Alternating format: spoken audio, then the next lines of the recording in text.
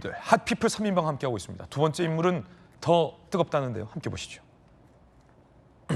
누굴까요? 김민석 총리 후보자입니다. 중국 칭화대 학위 의혹까지 제기됐습니다. 김민석 총리 후보자는 정상적인 학위를 밟았다라고 반박하고 있습니다. 어떤 의혹일지 함께 보시죠.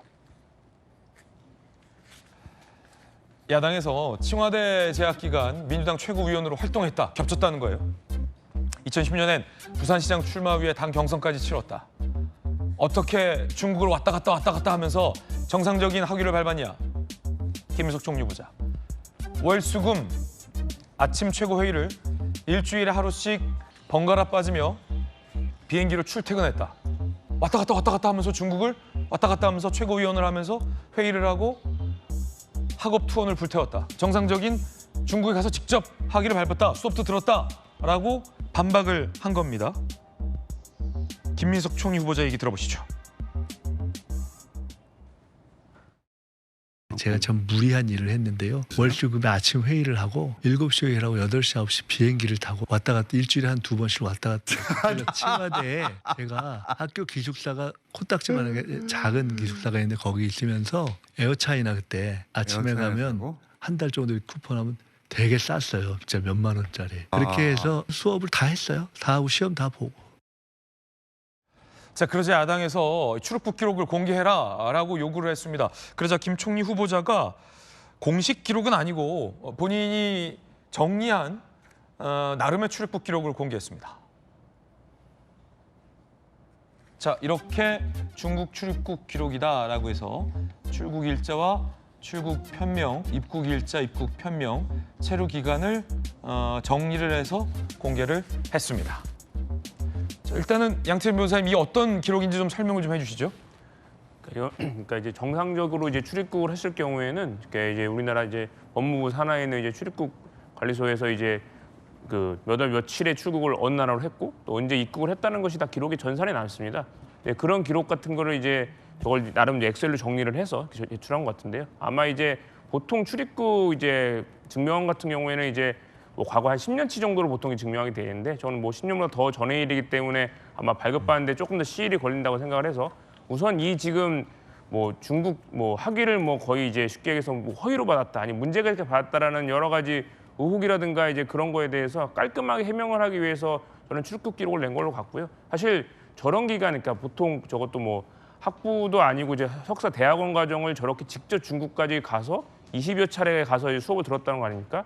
아마 저 출입국 기록을 저렇게 직접 정말 떳떳하게 증명을 했다고 보이고요. 저걸로 인해서 사실 이 뭐 칭화대 관련 학위 의혹은 아마 정리될 걸로 생각이 됩니다. 네, 자, 야당에서는 이 공식 법무부 기록을 제출해달라라고 요청을 해놓은 상태입니다.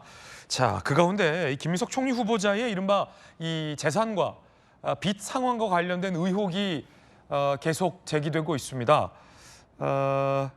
오늘 스튜디오에 출연한 주진우 의원이 조금 전에 이런 글을 올렸습니다. 함께 보시죠. 자, 야당에서 이 청문회 때 이 의혹을 집중적으로 제기할 걸로 예상이 되는 지점이라 소개를 해드리겠습니다. 자, 이건데요. 김민석 후보자가 현금 6억 원을 경조사비와 출판 기념회에서 받은 돈 봉투를 모아서 집에 쌓아두고 썼다고 말하는 걸 보면 충격적이다. 돈인지 감수성 상실이다. 현금 등록도 안 돼 있다. 이 공직자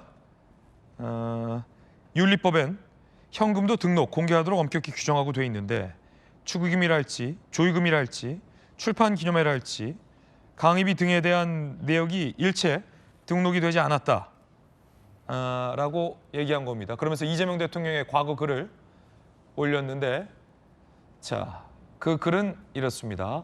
참 이상하죠? 라면서 이재명 대통령이 과거 공직자들이 왜 돈 많은 분들은 돈을 장롱에 보관하느냐, 장롱도 이자로 주느냐라는 2012년 이재명 대통령의 과거 글을 쓰기도 했습니다. 주진우 의원님, 이 문제 제기한 당사자 본인을 오늘 또 스튜디오에 모셨는데 이거 어떤 네. 내용입니까?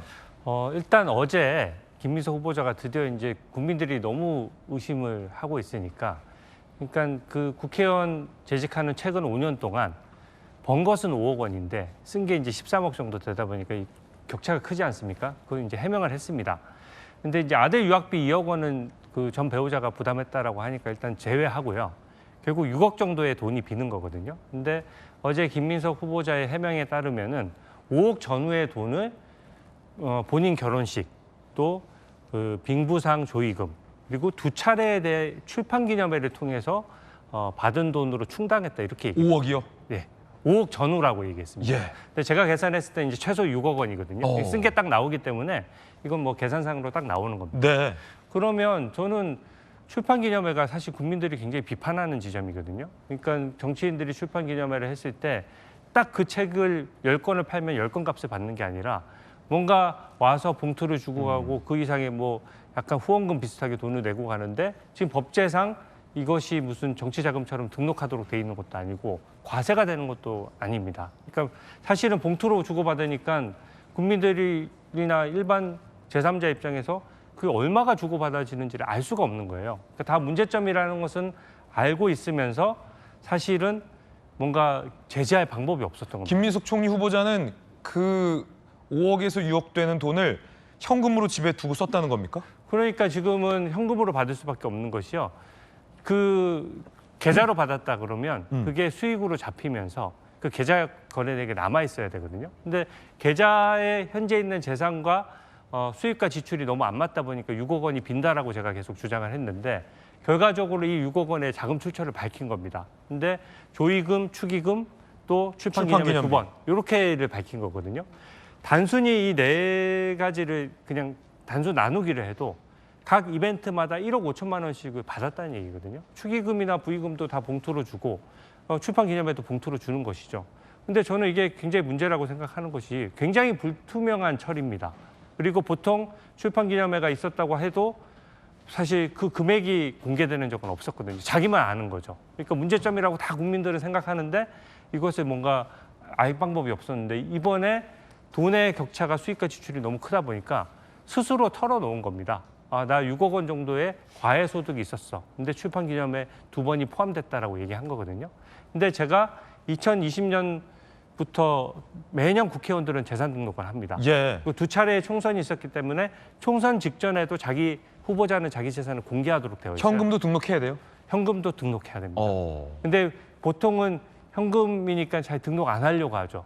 근데 그것은 안 걸렸을 때 얘기고 이것은 현금으로 썼다는 것을 본인이 스스로 얘기한 것이나 다름없기 때문에 어제 구체적인 해명 없이 저 그냥 출판기념회 2번이랑 경조사로 5억 전후 썼습니다 하고 별 추궁 없이 인사청문회였다면 난리가 났겠죠. 근데 추궁 없이 인터뷰하고 그냥 넘어갔거든요.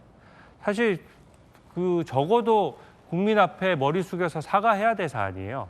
공직자윤리법만 하더라도 제가 봤는데 그 결혼식이나 그 빙부상을 당했을 때가 11월, 12월입니다. 그러면 그해 12월이면 재산 등록을 다 해야 돼요. 그게 투명하게 공직자라면 그게 주어진 의무인데 그것들에 보면은 현금이 등록된 것이 아예 없습니다. 조의금으로 이 현금 뭐 수억 원을 받았으면 재산 등록도 해야 한다 반드시. 네, 그건 해야 되는 거죠. 보통 조의금을 받아가지고 보통 일반 국민들은 어떻게 하냐면 그 상을 치르는데 비용을 쓰고 나머지 남는 돈은 그 계좌에 입금을 하거든요.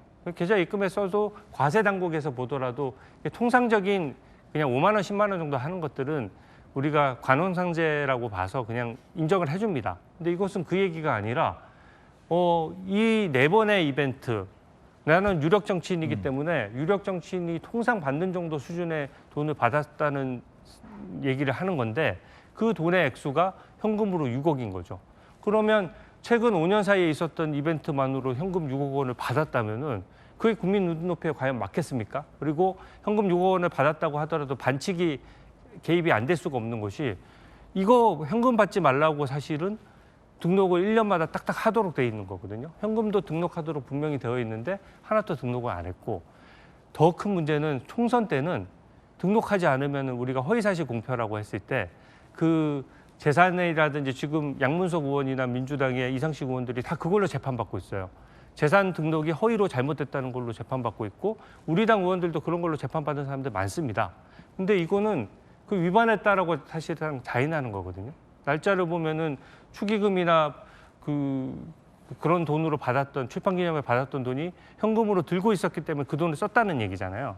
근데 그 현금이 등록된 바가 없다면 공직선거법상 허위사실 공표죄도 사실 성립하는 건데 공직선거법은 시효가 6개월이라서 사실 지금 처벌할 수는 없습니다. 그러나 국민의 눈높이에 봤을 때 법을 이렇게 6, 7차례 연속으로 위반한 사람에 대해서 더더군다나 현금으로 사용을 해서 이번 일 불거지지 않았다면 현금 썼다는 거 영원히 얘기 안 하겠죠. 그냥 현금 쌓아놓고 쓰는 거고 그게 6억이라는 보장도 없습니다. 이 이후에 더 현금이 있을 수도 있는 상황이기 때문에 저는 이 부분 인사검증 단계에서 철저히 해야 되고 본인도 액수나 경위를 소상히 밝히고 국민들께 사과할 것은 사과해야 되고 기존의 사례에 비추어서 낙마 사유다 이렇게 저는 보고 있습니다. 주진우 의원님 의견이었습니다.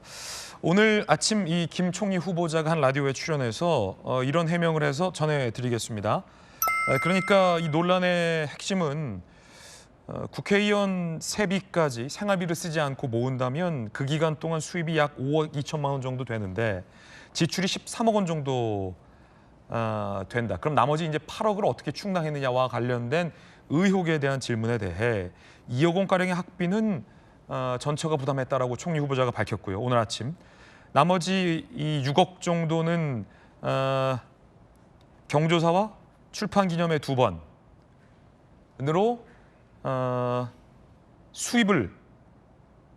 수입이 발생했다라고 답변을 했습니다. 다 소명할 수 있다라며 청문회 때 숫자를 공개하겠다라고 얘기했습니다. 법적 시한을 늦지 않게 다 제출할 것이다라고 총리 후보자가 조금 전 오늘 아침에 이 주진우 의원의 이 의혹 제기에 대한 이른바 답변을 했다라는 말씀 드리겠습니다. 김우정 의원님. 그러니까 이 5, 6억은 굉장히 큰 돈인데 그게 지금 비어서 논란인데 총리 후보자께서는 결혼식과 부의금과 출판기념회 2번으로 이 5억에서 6억을 다 수입이 발생했다라고 했지만 주진우 의원이 그걸 파봤더니 공직자 재산에 등록되지 않았다라는 거면 이 5, 6억의 현금을 그냥 쌓아둔 거냐. 이건 이렇게 봐도 문제 저렇게 봐도 문제다라는 비판이었어요. 김우정 의원님 어떻게 보십니까? 일단 총리의 조금 더 친절한 설명은 필요해 보여요. 그럼 쌓아두진 않았겠죠. 추징금도 내고 뭐 생활비도 쓰고 그 지출 내역들이 나와 있잖아요. 그러니까 그거를 또 출판기념회하고 이를테면 결혼식 축의금, 그다음에 뭐 조의금들이 뭐 다닥다닥 붙어서 있었던 건 아니니까 네. 뭐 시차를 두고 있었을 거 아니겠어요? 그러니까 그 부분에 대한 것들은 지출이 있었으니까 그거를 소위 집에 쌓아두고 이렇게 했던 건 아니라고 생각되고요. 특히 이제 이거를 그 기타 소득이나 이런 것들이 있었기 때문에 그거를 자세히 소명을 하겠다라고 일관되게 얘기를 해왔는데 맞춰보니까 얼추 맞다는 거예요. 아마 그 부분을 다음 주 24일 청문회에서 정확하게 소명을 하지 않을까 이렇게 생각합니다. 이제 그러나 그게 만약에 법적으로 문제가 된다면 네네. 그 부분에 대한 것도 짚어서 본인의 입장을 밝힐 필요는 있다고 보여집니다. 또 이렇게 되고 나니까 청와대에 이거 제대로 공부한 거 맞냐 또 이런 문제 제기를 했어요. 네. 그런데 그때 당시가 이제 2008년에 최고위원일 때 제가 당 대변인이어서 늘 회의에 참석을 했어요, 같이. 같이. 네, 최고위원회 회의를. 근데 청와대 얘기가 있어서 아니 중국까지 어떻게 왔다 갔다 하시면서 고생이시다 이런 얘기를 했던 기억이 나거든요. 그러니까 그거는 이제 분명한 사실인데 이게 어떻게 이 일도 하고 저 일도 하면서 중국까지 왔다 갔다 해. 증거를 내봐 이렇게 얘기를 하는 겁니다. 국민의힘에서는. 그래서 이제 출입국 기록을 내고 나니까 이거 원본 아니잖아 또 이렇게 얘기를 해요. 근데 그렇게 하는 건 너무 과도하다. 원본 제출해서 아마 있을 거라고 생각하고요. 그때 당시에 미국에서 로스쿨 박사과정 3년 하면서 청와대에서 로스쿨 석사 1년을 마치면서 그 과정 중에 중국법이나 이런 것들은 또 학점으로 미국 그 로스쿨에서 인정을 해주고 그러면서 동시에 병행했다는 거잖아요. 그러니까 그 청와대 석사도 받고 로스쿨 그 미국 변호사도 결국은 이제 딴 건데 그것까지 이거 내놓으니까 네. 그거 아니야라고 계속해서 반복되고 있는 것 같아서 그것까지를 포함해서 저는 24일 날 분명하게 소명할 수 있을 거라고 생각하고요. 법적으로 만약에 조금 부딪히는 부분이 있다면 그것까지를 또 미국 변호사시니까 그것까지를 함께 소명할 기회가 있을 거라고 생각합니다. 네. 자, 그러니까 관건은 이겁니다. 정리를 해보면 정말 다른 불법적인 어떤 자금 출처 없이 4번의 이벤트로 6억 가까이를 벌었다라는 것을 증명할 수 있는지, 그리고 추가적으로 오늘 주진우 의원이 저희 돌직구쇼에서 제기한 그렇다면 왜 공직자 재산 등록되는 이 현금 자산을 누락했는지에 대한 소명이 구체적으로 이루어질 수 있을지가 오늘 청문회 관건으로 보입니다.